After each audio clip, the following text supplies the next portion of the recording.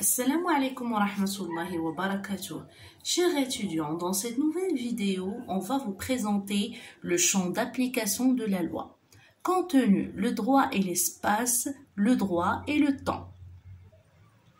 1. Le droit et l'espace. Le contenu des règles juridiques varie dans l'espace, c'est-à-dire que d'un pays à l'autre, pour le même domaine, les règles qui vont s'appliquer sont différentes.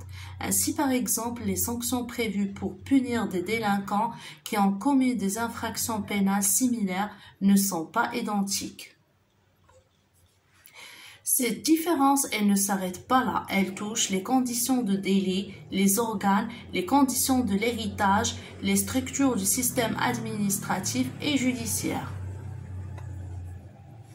Pour échapper aux conséquences de la relativité juridique découlant de la multiplicité des régimes variant d'un État à l'autre, on pense à une solution fondue sur deux principes: la territorialité de la règle de droit, principe de la personnalité des lois. 1. La territorialité de la règle de droit. Chaque État élabore ses propres lois pour les appliquer dans les limites de son territoire, d'où l'appellation territorialité de la loi. Ce principe a une signification large dans la mesure où il permet l'application des lois aussi bien aux nationaux qu'aux étrangers, résidents ou de passage dans un pays. Ce principe a également un sens étroit dans la mesure où les lois d'un État s'appliquent uniquement sur son territoire.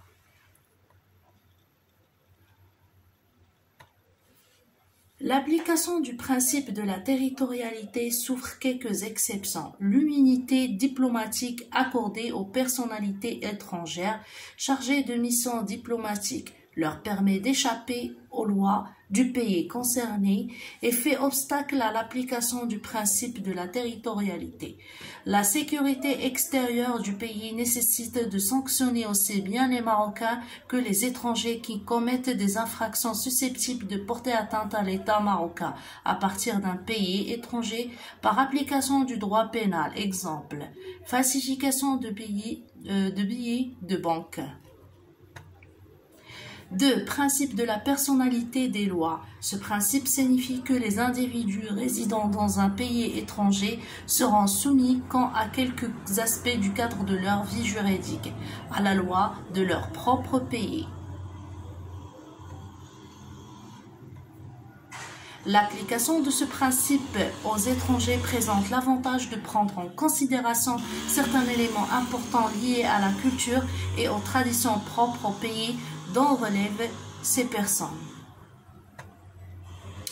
La limite assignée à l'application du principe de la personnalité des lois réside dans l'obligation de ne pas porter atteinte aux valeurs et à la souveraineté du pays d'accueil.